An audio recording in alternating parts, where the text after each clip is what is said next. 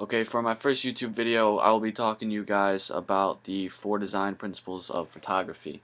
The first one would be simplicity, the second is framing, the third is rule of thirds, and the fourth is diagonal balance. So I'm going to show you some pictures explaining each one in detail.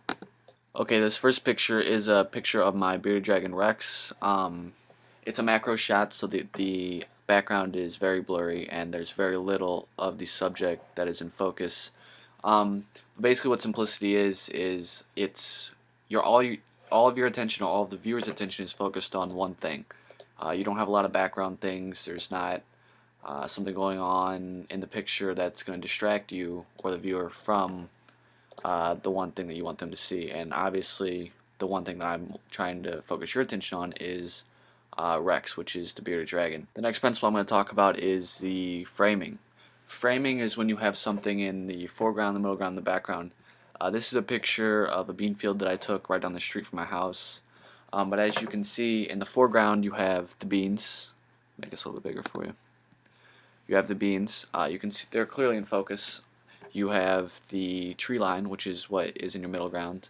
And then you have your background, which is the sun and the clouds. Usually with framing, everything will be in focus.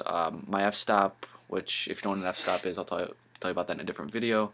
But my f-stop isn't as large as it could be, so the background is a little blurry.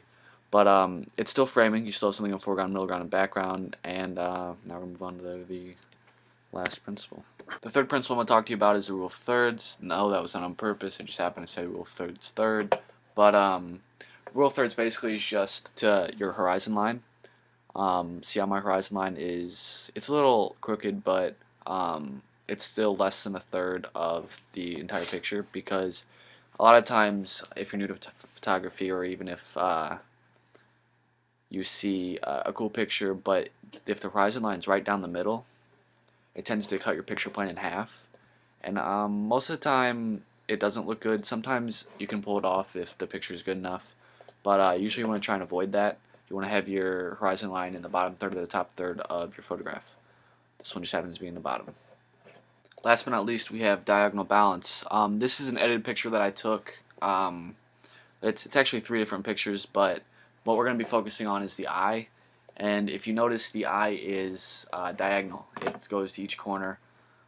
This is pretty much what diagonal balance is. You want to have some things in a diagonal sort of fashion. It doesn't have to be as obvious as this, because I mean this is pretty apparent.